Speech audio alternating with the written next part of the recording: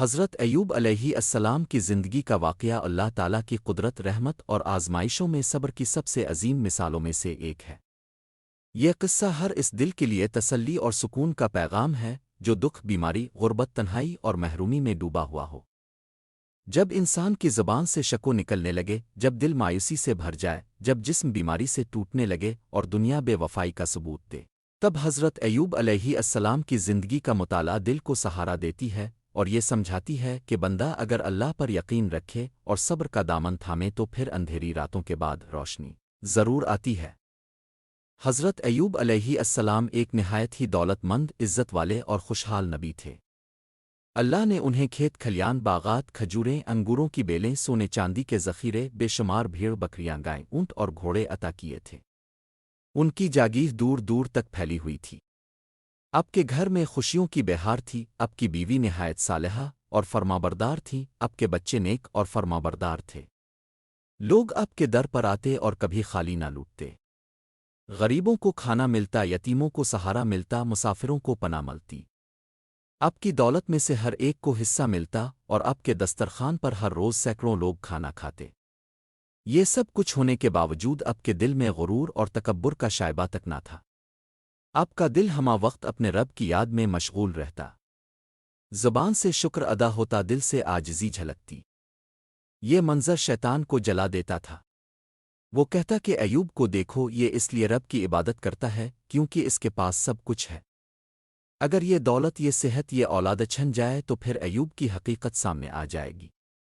لیکن اللہ تو اپنے نبیوں کو خوب جانتا ہے۔ اللہ نے فیصلہ کیا کہ اپنے نبی کو آزمائش میں ڈالے تاکہ دنیا دیکھے کہ ایمان صرف خوشحالی کا نام نہیں بلکہ دکھ میں بھی اللہ کی رضا پر راضی رہنے کا نام ہے۔ پہلی آزمائش اب کی دولت اور زمین پر آئی۔ وہ باغات جو ہرے بھرے تھے، وہ کھیت جو فصلوں سے لدے ہوئے تھے، وہ سب آفات کی نظر ہو گئے۔ کھجوروں کی شاخیں سوکھ گئیں، انگوروں کی بیلیں مرجھا گئیں، مویشی ایک ایک کر کے مر گئے۔ جو گھر کل تک خوشحالی کا گہوارہ تھا وہ اجڑنے لگا۔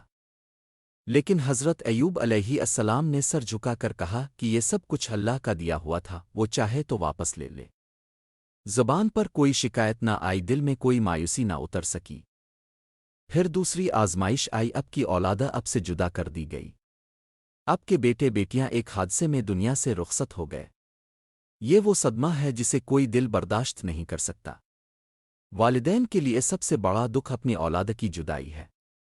لیکن ایوب علیہ السلام نے اس پر بھی صبر کیا۔ انہوں نے کہا کہ وہ سب اللہ کی امانت تھے، جب تک چاہا ساتھ رکھا، جب چاہا واپس بلا لیا۔ میرا دل خون کے آنسو رو رہا ہے لیکن زبان شکر ادا کر رہی ہے۔ پھر تیسری آزمائش آئی، اب کی صحت چھین لی گئی۔ وہ بدن جو طاقت اور قوت کی علامت تھا وہ بیماریوں کا شکار ہو گیا۔ اب کے جسم پر پھوڑے اور زخم نکل آئے۔ گوشت گلنے لگا، ہڈیاں کمزور ہو گئیں، سانس لینا مشکل ہو گیا۔ راتیں کراہوں میں گزرنے لگیں، دن تکلیف میں ڈوبنے لگے۔ لوگ قریب آنا بھی گوارا نہ کرتے تھے۔ وہ نبی جو کبھی لوگوں کی حاجت روائی کرتا تھا، آج خود محتاج اور بے بس دکھائی دیتا تھا۔ لوگوں نے آپ کو بستی سے نکال دیا۔ آپ کو ایک ویران جگہ پر چھوڑ دیا گیا۔ وہی لوگ جو کل تک آپ کے دسترخوان پر کھاتے تھے، آج آپ کے قریب آنا بھی پسند نہ کرتے تھے۔ رشتہ داروں نے بھی منہ موڑ لیا، دوست بھی پیچھے ہٹ گئے۔ لیکن ایک ہستی تھی جو آپ کے ساتھ ڈٹ کر کھڑی رہی، اور وہ تھیں آپ کی وفادار بیوی۔ انہوں نے دن رات آپ کی خدمت کی۔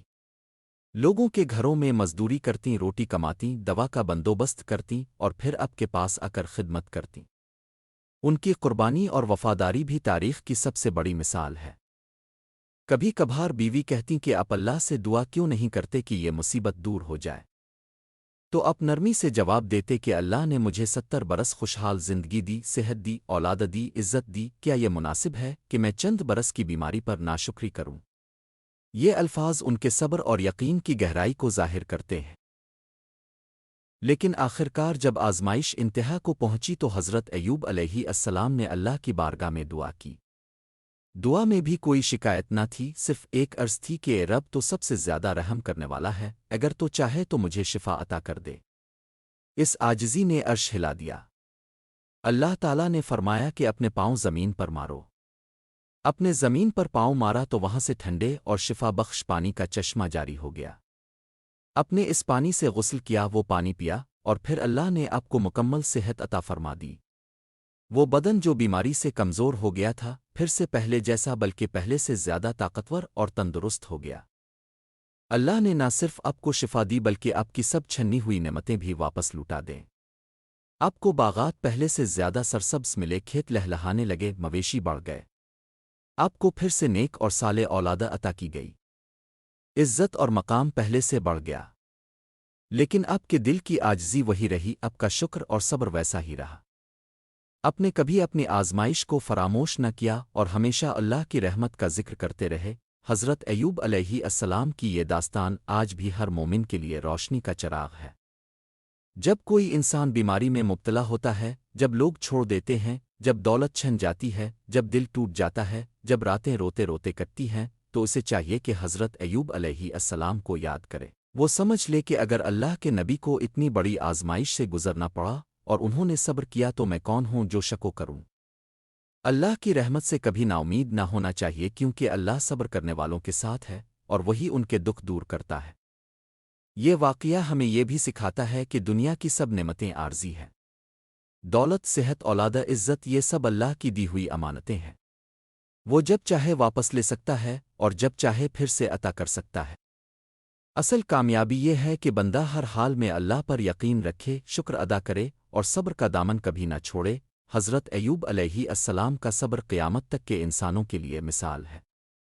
ان کا توکل، ان کا ایمان اور ان کا شکر ہر دل کو جھنجھوڑ دیتا ہے۔ یہ قصہ ہمیں سکھاتا ہے کہ مصیبت کا وقت ہمیشہ کے لیے نہیں ہوتا۔ اندھیری رات جتنی بھی لمبی ہو، آخرکار صبح ضرور ہوتی ہے۔ اللہ پر یقین رکھنے والا کبھی محروم نہیں رہتا۔